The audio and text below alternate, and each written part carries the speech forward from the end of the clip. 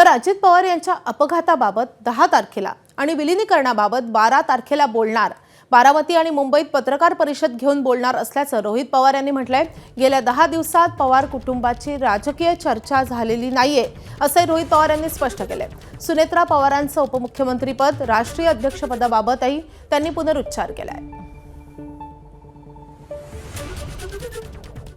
10 तारखेला विमानाबद्दल ज्या शंका आमच्या मनामध्ये आहेत त्या शंका मी प्रेझेंटेशन नाहीतर प्रेस कॉन्फरन्सच्या माध्यमातून लोकांसमोर तिथं मांडेल मुंबईला।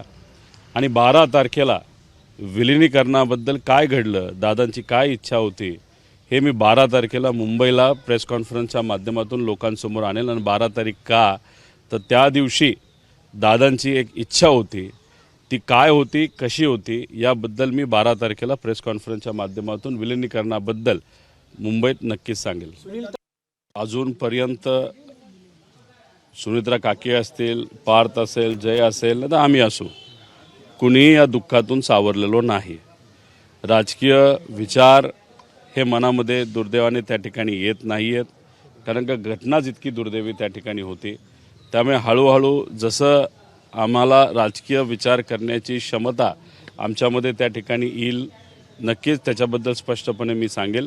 पण आत्तापर्यंत दोन्ही परिवारामध्ये नाही तर पवार परिवार एकत्र म्हणून कुठेही राजकीय चर्चा तिथं झालेली नाही। 9 तारखेनंतर त्या बाबतीतली कुठेतरी सुरुवात होईल असं वाटतं की अजितदादांची जागा ही कुणीही घेऊ शकत नाही। पण सुनेत्रा काकींकडे बघत असताना त्या परिवाराचा एक भाग म्हणून सुनेत्रा काकींमध्ये मी अजित काकांना त्या ठिकाणी बघतो।